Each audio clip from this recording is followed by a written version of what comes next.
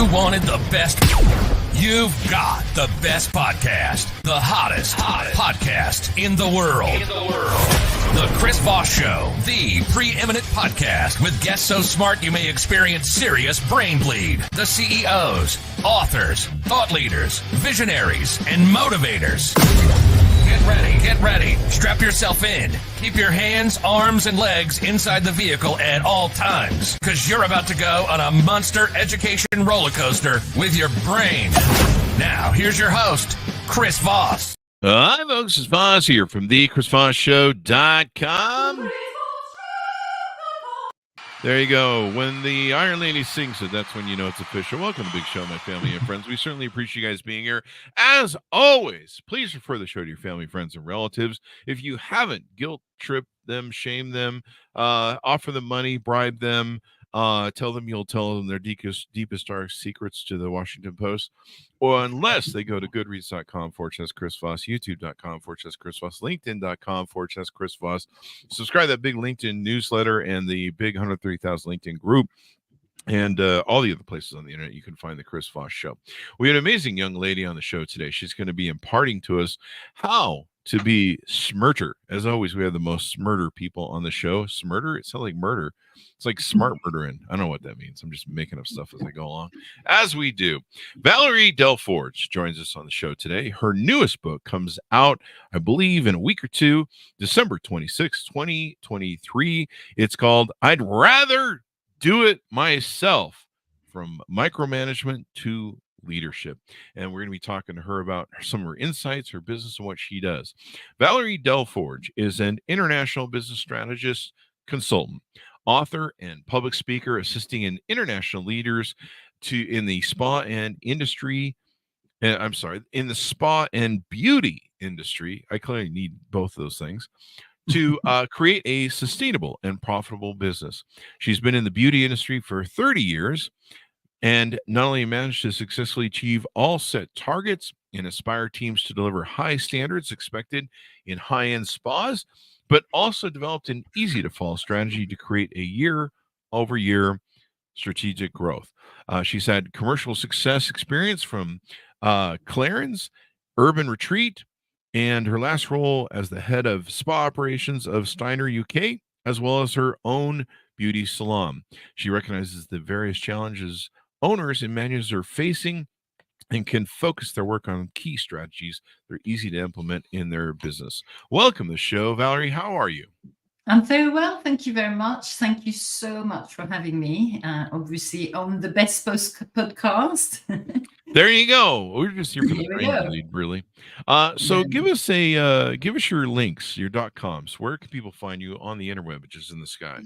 You can find me on LinkedIn under Valerie Delforge, or you can find our website on thedelforgegroup.co.uk. And you've got all of our contact details on there if you wanted to have a little chat with us and discuss how we can help you. There you go. So your new book, I'd Rather Do It Myself. Tell us 30,000 overview. What's inside this? So I kind of been consulting for about 10 years now, and we know 3 years ago was the big pandemic, which obviously being a consultant, I was a lot on the road. I was traveling a lot to my clients, suddenly put everything online, suddenly became kind of much more focused on an international level. I've always worked with Ireland, UK, and France, but the online world, obviously, just like yourself, just kind of opens you up to so much more. I'm focusing mainly on coaching one-to-one for managers, owners of beauty salons and spas and hair salons, but we've been also coaching a lot of different industries. We just haven't really talked about it. But we coach people in the service industry, let's say. There could be a coffee shop owner or a restaurant or a clothes shop at some point. So we kind of look into the structure, the operation of the business. And what I have noticed since the pandemic is the rise of the micromanagers. We just want to hold on to everything because we're so scared we can't recruit, which is an international problem. The recruitment is just very difficult in a very, very skilled industry. But also, even if you look at other service industry, it can be very difficult. And, we do a lot of mystery shops. We do a lot of things where we see the customer service being compromised. And what happens is the owner kind of want to take everything on board and just not share anything. They can't recruit, so they may as well do it themselves. I may as well do it myself. But what that does, it just ultimately stops the growth of the business and the owners themselves. Yeah, it's hard to scale if you're trying to do all the work Yes. in a business. Well, this is a problem of the smaller entity. We're working a lot. We're working with big groups, big spas, corporates, etc. But we also have a huge amount of smaller salon owners and smaller owners. So I guess what's difficult when you have got a big company, when you've got a corporate, you've got kind of the structure there to help you. And you've got an IT man that comes and help you with your computer, and you've got an electrician, and you've got someone that can come and do maintenance. When you are working in a smaller company and your own company, you tend to be all these things. You're the electrician, you're the plumber, you're the one who's, the go-to person to do everything because, no one else is there to support you. So, yeah. I was the janitor too. Yeah, I mean, totally. Yeah. And I think that, every single role is very important, but we tend to kind of grab onto everything we can because we can't recruit, because it's a difficult market at the moment. So I felt that I've always had a book in me. I've always wanted to write and do a lot of blogs and articles and everything else. But I felt this was, a lot of people kind of thought, I'm going to write about how to run a successful business. But I think for me, the structure and the systems that I've put in this book are the success of your business. It's really about you, how you're going to manage. It comes from the top. We've all heard that, isn't it? It comes from the top. Oh, yeah. And it has to be a system and structure to kind of follow. So I wanted to share that. I guess my last role was spa operations, head of spa operation. So I was very operational, all about the details. And especially when it comes to spas and beauty salons, it's about the detail. The client doesn't want to know that you're running around because the cleaner hasn't cleaned and someone's phoned up sick and you have to cover reception and the client's complaining. So the client that comes in, they just want to come in and relax. So it's very, very important that we really not get stuck in the day-to-day operation. And that's a lot of owners that we meet. They're stuck in the day-to-day. They're stuck being the electrician changing that light bulb, etc. So we kind of love what we do. We do one-to-one coaching because every business, as far as I'm concerned, is different. It's got different inspiration and different structure. So we help to put the system in place according to how you work and how you function. There you go. Yeah. Yeah. So tell us a little bit about your upbringing. What got you into the entrepreneur bug and in this spa business? Yeah, I mean, I'm French originally. I'm sure you've heard, but I've got a bit of an accent where everyone's thinking, where is she from exactly? So I'm French. I was born in France. I lived there till I was 21. And at 21, I had enough money to kind of come to the UK. I had a friend who told me, just go over there, learn English. And 31 years later, I'm still here. Have my children here, and my life is here. So absolutely loved the way kind of it functioned here. The way it was a lot more, perhaps less academic than France. France is very academic. You have to have all these studies in order to do something. So I kind of felt I could grow a lot more. So I started as a waitress. I had enough money for a month, and I actually ended up having a job. And then after about a year, when traveling, came back and thought, no, I still want to stay in the UK, and started working for an agency that placed me in different parts of big department stores with big brands like Lancôme or Dior or whatever.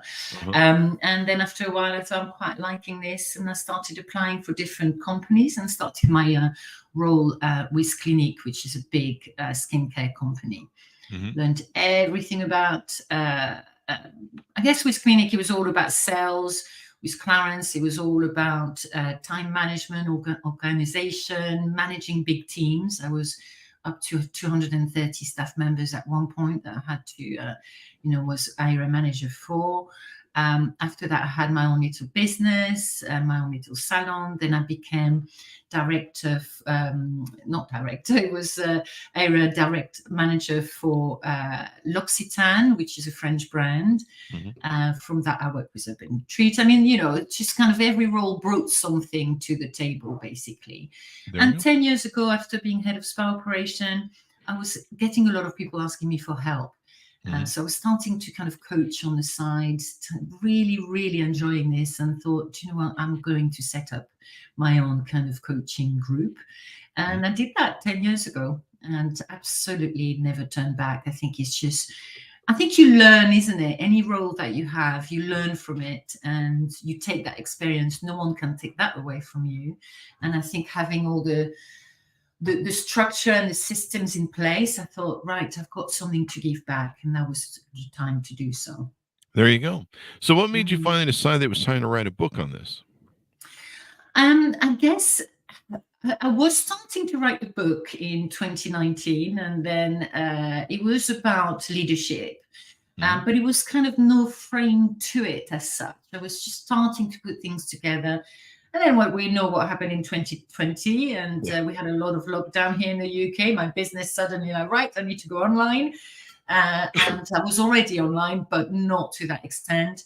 And kind of decided, okay, I'm gonna go back into it, and only went back into writing in 2022 last year, Mhm. and managed to finally finish the book, which to me was kind of a passion project, if I'm honest. It wasn't necessarily a must write a book. It was more of a passion project. What do I want? And I've learned a lot from this process as well. You just never stop learning, I don't think, Oh from yeah. uh, from all these things that you do. That's one of the key things. So in your coaching practice and stuff, can you tell us what's one of the worst examples of micromanaging that you've kind of maybe ever seen, or a story maybe you've heard?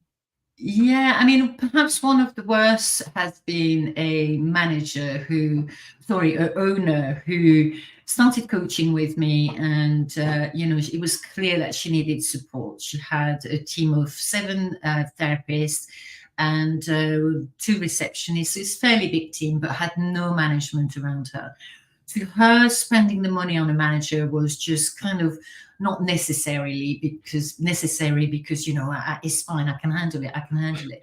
But on the side of it, when you hear, I do my VAT on a Sunday, when the salon is closed, or I take my phone when I go away on holiday, or I don't really have time, I'll do it when the children are in bed, Mhm. that kind of thing. After a while, you kind of need to think to yourself, if you've created your business and you really want this business to work for you, then you've got to make it work for you differently. And that's going back to the structure.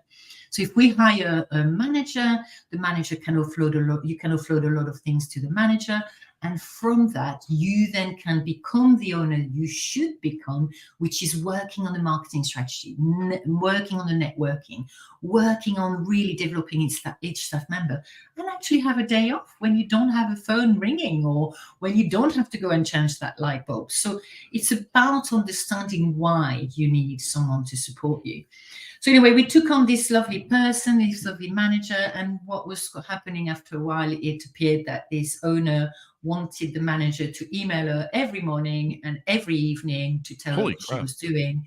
I know. And it's just like all the manager was doing was just absolutely focused on these emails and not really focusing on the day-to-day, because she was just too scared Yeah, about you're what busy. the owner was going to do. That's it. You're just busy And a lot of documenting everything. owners, sorry? You're just busy documenting everything. They're being Yeah, forced to. basically, Yeah. it's document for document's sakes. And actually, if you're not trusting the person you're employing, what is the point? Yeah. You What's the have to point? eventually trust the system that you put in place. Otherwise, but there are ways we can check and double check things, Mhm. and it appears as well that she was doing a lot of things that were just a little bit, a lot of WhatsApp messages. I mean, I love to Oh, wow. hate WhatsApp as well. I love WhatsApp, but I also don't like it, especially when you're managing.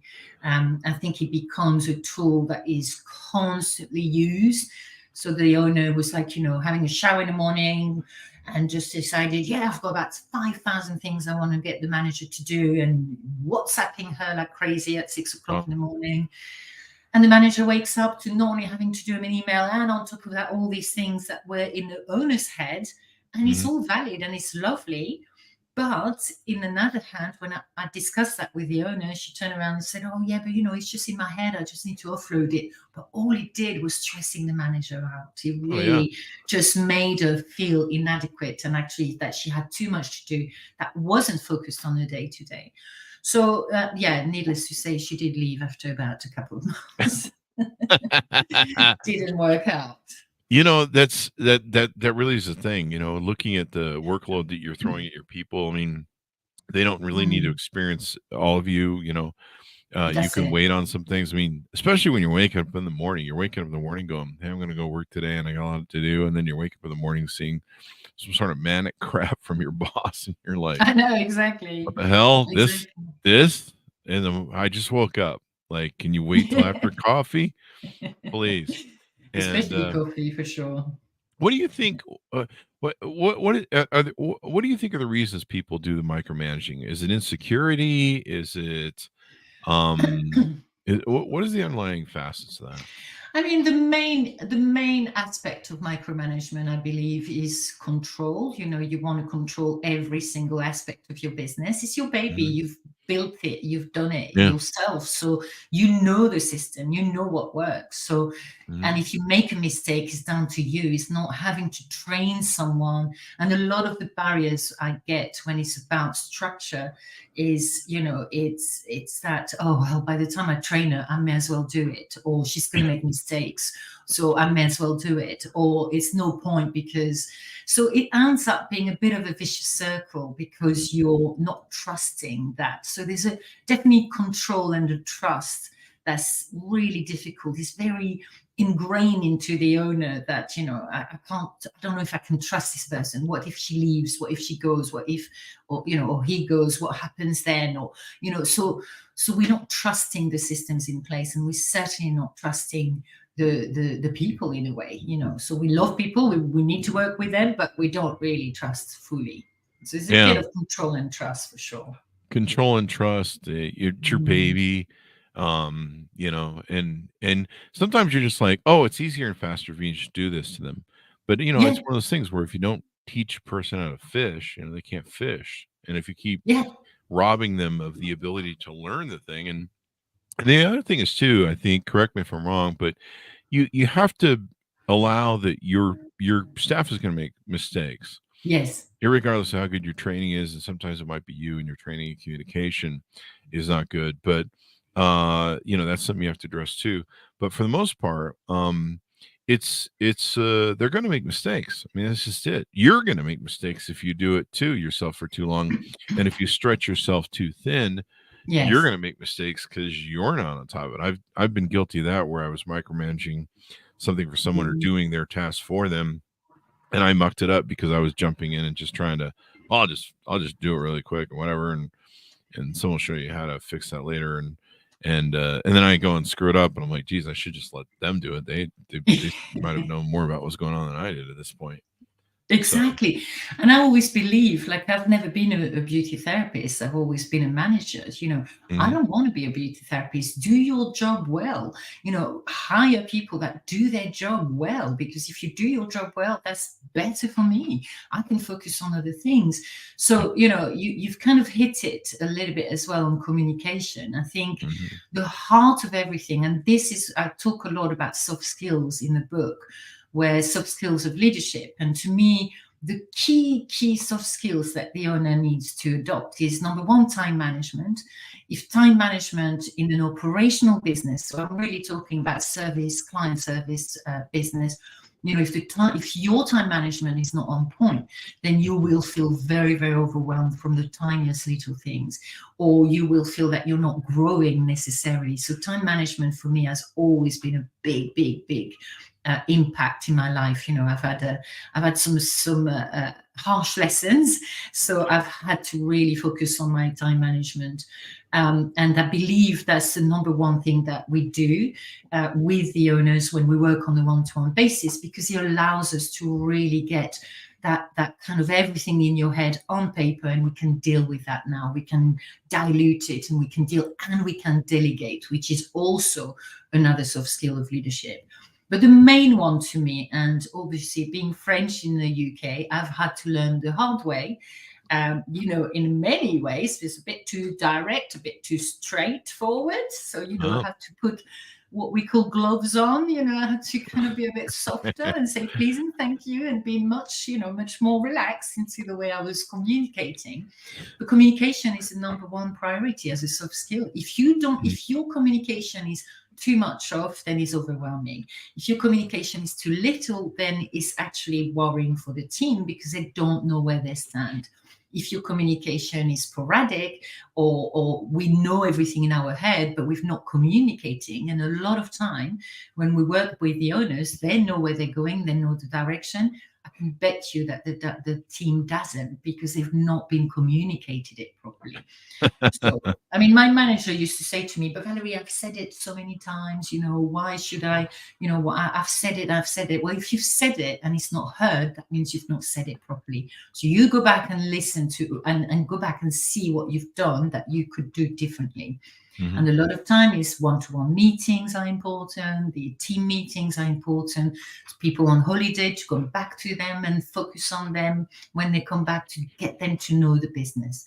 But, Chris, we have got this issue as well nowadays, isn't it? Where we always feel the generation that's coming is never as good, or is never listening, or they don't care, facts on or that. they're not first. Yeah, absolutely. I don't know. I'm just teasing the Gen Zs. So how do you see that changing? Do you see leadership changing under this new generation? I think it does change. Sorry. Yeah, go ahead. Well, I think, yes, it is going to change in the way we communicate, for example, because you can't communicate with a Gen Z, I guess, the way you're going to communicate with someone who's a little bit more established. But I do also think that if you are sure of your values and who you are as a business owner, and you are sure about your systems and your processes, and you know what you're delivering, then you are going to attract the right people to you. And I think sometimes what I'm seeing a lot of is that we're complaining a lot, in particular with recruitment. Oh, there's no recruitment. But we don't say when there's a really good gem out there. When I talk to some clients and I've recruited this young girl, she's amazing, let's shout about that. We only hear the negatives. What about the gems out there that are doing well, that actually have got growth to go? We should be shouting about that. I feel a lot more. To me, that's leadership. And I think that, yes, it's always going to be a generation issue. But when I go back to my dad and his dad, they had generation clashes in a big way in the 60s. That's true. That's true. In big ways. When I look back at my mom in the 1968, 69, they were burning bras in Paris, weren't they? So, we're burning bras right now over here. Yeah, to be fair. It's gonna makes for some nice marshmallows, and I don't know what that means, and hot dogs. There you go. What was the other question I had for you here? How do you think leadership has changed over the last few years, and how can business owners, what can they do to become better leaders? I think it's really being very centered into your own path. I think a lot of things, Chris, is that there's so much information out there. There's too much information out there. And a lot of time we get owners coming to us and say, look, I know what I'm doing. And a lot of owners know what they're doing. It's not like they don't know. They know what they're doing, but they don't know where to start. They don't know what they need to do in order to grow. They don't know how to kind of manage this new generation, or even how to talk to their staff members. So it's going back to basics. And when they start with us, when a member staff start with us, we tend to say to them, look, don't listen to anything for at least 6 months. Just stay in the path of the structure we want to build with you, of the operation that we want to do with you. And then once you really set, you're grounded, you know where you are, and you're aligned with your vision. Because a lot of time we might not have a vision anymore. We might be a little bit lost in where we are, a bit of burnt out. I've seen a lot of burnt out lately, Mhm. where we just on that wheel and that motion, where we don't really know where we're going. There's a lack of direction.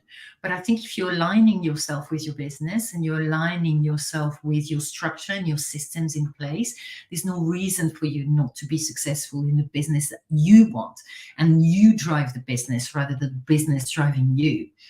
You Mhm. know, so to me, leadership has changed because there's a lot of things that we do. We compare ourselves so much more because of the lovely social media out there. I was talking to a client not long ago. "Hey, this person's got it all much more sorted than I have." How do you know that? This is the Instagram Yeah. life. And I'm in a generation where, when I tell my daughters we didn't have Google and Facebook and all of that jazz, they're like, "Oh my God, you're like a dinosaur." It's like, yeah, no, I'm a dinosaur. We didn't A have any of this. dinosaur? Wow. Wow, that's cool. So we kind of had to learn. I remember my marketing director from one of the brand I was working with turned around and said, "Oh, there's this new thing called Facebook. It's coming out. I need content." I was like, "Oh, what is that about?"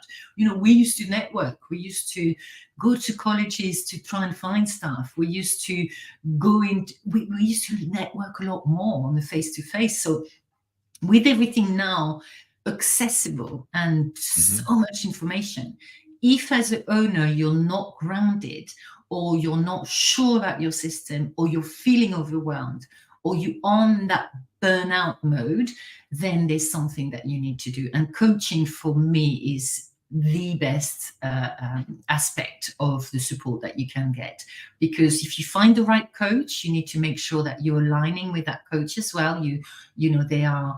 There's a lot of coaches out there, so you've got to make sure you're choosing the person that you're happy with, you feel that connection, and they're going to help you to sort an aspect of your business out, or sort the time management, or sort the way you're thinking and your mindset. So I think Mhm. leadership has changed in a sense that there's just so much out there, so it's difficult to know what's best sometimes. There you go. And yeah, I mean, if you're burning out, that's usually a point that maybe you need to delegate and quit trying to Mhm. do everything yourself, right? You definitely are Totally, but you usually need to delegate probably. yeah, but I think that's where you're scared to delegate. Like you just said, earlier, you delegated something, so I may as well just do it because it's quicker, it's faster. I'm Mhm. going to get the results I hopefully want. So you tend to kind of delegate without delegating. You delegate, but maybe if I do that, then I'll be okay. So really, you're not growing anyone else. I think the recruitment is not helping. I think we're so scared of the recruitment that we tend to either not recruit, or we don't believe in a new recruit straight away. So there's a lack of training and recruitment around what's going on at the moment. Yeah. um yeah, you do hear shock horror stories of people. Yes, I'm coming on Sunday, I'm starting on Sunday, and they never turn up, or coming to the interviews with big hoop earrings and jeans and t-shirts and Wait, thinking, that's how I show up in interviews. Big hoop earrings and yeah. I don't know what interview that is for, but I mean, I hope it gets me a job, but I don't know what that but is. in the industry we're in, I think that's the thing, is that if you're kind of burnt by all the interviews you've had, or people not turning up or whatever, then you tend to just go back to your old way and you stick to what you know. And I think that's been a big issue lately. It's definitely since the pandemic is Definitely. highlighted it even more. That and hiring right and doing the process right of hiring and vetting is, Yeah, I mean, that's a whole skill set in and of its own. for We did the sure. thing with our companies where we just, people show up, we interview them, you're like, "Hey, you want a job? You sound great." And then, we bring them on and find out that, it was kind of those things where, Dr. Jekyll, Mr. Hyde, and then all of a sudden they show up on the Yes. job and you're like, and their head spinning around like the exorcist, and pea soup spewing everywhere. And so we found, we had to tighten up the whole ship on how we interviewed and have like Mm, 3 or 4 different interviews, and have a really cool process. and that made like all the difference in the world. But yeah, it's a just It's a many process. yeah, just about any part of your business is a process, and some people won't want Exactly. to do that work and make that commitment, but you kind of have to. That or hire people to do it. Yeah, exactly that. Or you upload through, a different outsource. Maybe it Yeah, could be a outsource. PA, maybe it's a recruitment agency, maybe it's a marketing agency. But even that, Chris, is an element of, even let's say I'm seeing a lot of marketing agencies lately that have come out of the woodwork, is that how we say Yeah. it? Yeah, it's come out of the woodwork. Every now and then I have sayings thinking, am I doing it right? So that come out, and then just suddenly I'm the expert in marketing or whatever, and you're thinking, okay, you as an owner, you still need to manage an aspect of the marketing. You Mhm. still need to manage that agency. You still need to give them content. You still need to check. So your role becomes different, and that's why you need the time. You can't be going to change the light bulb because you need that time Mhm. to kind of make sure the growth and the strategy and the systems and the processes are in place. Mhm. And our success has been and is in very much the fact that we have owners are not in a business necessarily, or if they are, it's because they want to 1 or 2 days a week in terms of treating clients. Otherwise, they are working on the business and they're doing better than ever. Some of them have doubled their sales because they're focusing on the growth of the business, not on the nitty gritty day to day. And it gets Mhm. to a stage after a while where do you really want to do certain aspects of your recruitment? For example, with recruitment, it is a process. I never used to do the first interview. We have these things called trade test, which is Mhm. testing the hairdresser or the therapist or whatever. So we used to trade test. I didn't get involved in any of that as a GM or head of spa. I got involved at the last hurdle, which was okay, we like this person, pass the trade test, pass the 2 interviews. Now it's your third and final interview with you. And I would then see if they fit in the team. So my Oh, time wasn't set into that system because someone else can do that. My yeah. head therapist can do that. My manager can do that. So when we have the system in place, it's so much easier because a lot of time we recruit thinking, oh my God, it's great, I'm going to get the best person in this role. She's going to be, or he or they is going to be amazing, and it's going to be incredible, and they're going to come with a magic wand and they're going to make everything much better. Wow, that And sounds it doesn't great. work like that. It Yeah. does not work like that because no one has a magic wand. You have to have your system, your process, the way you want to run things. Someone can come in and follow those what you want and bring in something extra that maybe you never thought of, but it's implemented in the correct way. And a lot of time, what we find is, in a bigger structure, in a way you can delegate, you can do all of that. When you're a small structure, so it's yourself, 2 other people, it's a lot harder to do any of that. So then you've got to outsource, and then you have to think, should I spend my money on a receptionist? Should I spend my money Mhm. on a manager? And that is a budget. And we do everything around budget and figures and numbers. There you go. So give us your pitch out as we go out. How can people onboard with you, get familiar with your services, reach out to you, see if you're a fit, et cetera, et cetera? So you go onto my website, or you can email or send me a little message on LinkedIn. We will come back to you. You'll have a consultation with one of the coaches, which is mainly Amy, who is my lovely business partner, who's also a coach. She's an ex-salon owner. She will assess what is it that you need. Do you need a business audit? Do you need more of the management to leadership program? So we've got audits, we've got program, we've got training for the teams, etc. So Amy will do the consultation, and from that we then see what's really good for you, because I've always run my business through what you need rather than this is what we do and it's all square and that's it. It's important that we have the programs, but we also have the audits that allows us to understand. Then once we've done the audit, what is it that you need? What is it that we need to focus on? Is it more recruitment? Is it more structure? Maybe you have it. So it's very tailor-made is what I want to say. So have that consultation with Amy, and simply book it on the website. And then from that, we'll take it from there and have the journey with us. Ideally, we like to work with someone for 6 months, but sometimes it's shorter depending on the needs.